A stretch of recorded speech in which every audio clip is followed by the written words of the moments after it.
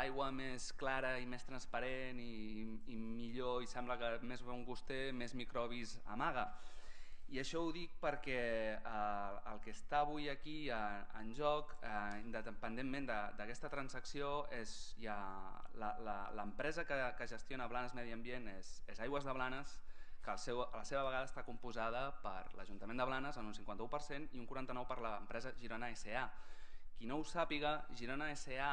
ara mateix està als jutjats de Girona i als jutjats de Blanes, i qui està als jutjats és concretament el conseller delegat Narcís Piferrer.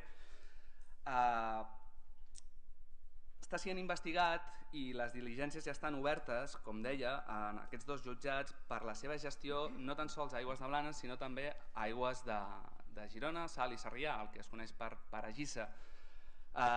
I tot sembla ser, totes les suposicions s'encaminen a la presa de decisions d'aquest conseller delegat per afavorir, evidentment, a la part privada, Girona S.A.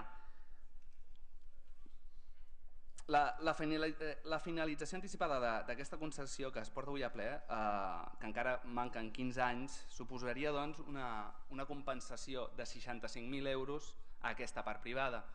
Nosaltres entenem que en aquest moment prendre una decisió sobre això seria imprudent a la vista dels fets i també de l'historial de Girona S.A., perquè no ens inventem.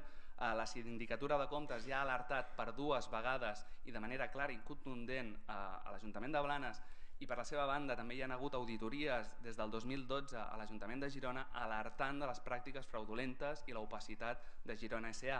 Per tant, considerem que l'Ajuntament de Blanes en aquest moment no té la informació suficient com per tirar endavant aquesta gestió i abonar 65.000 euros a aquesta part privada que és Girona S.A.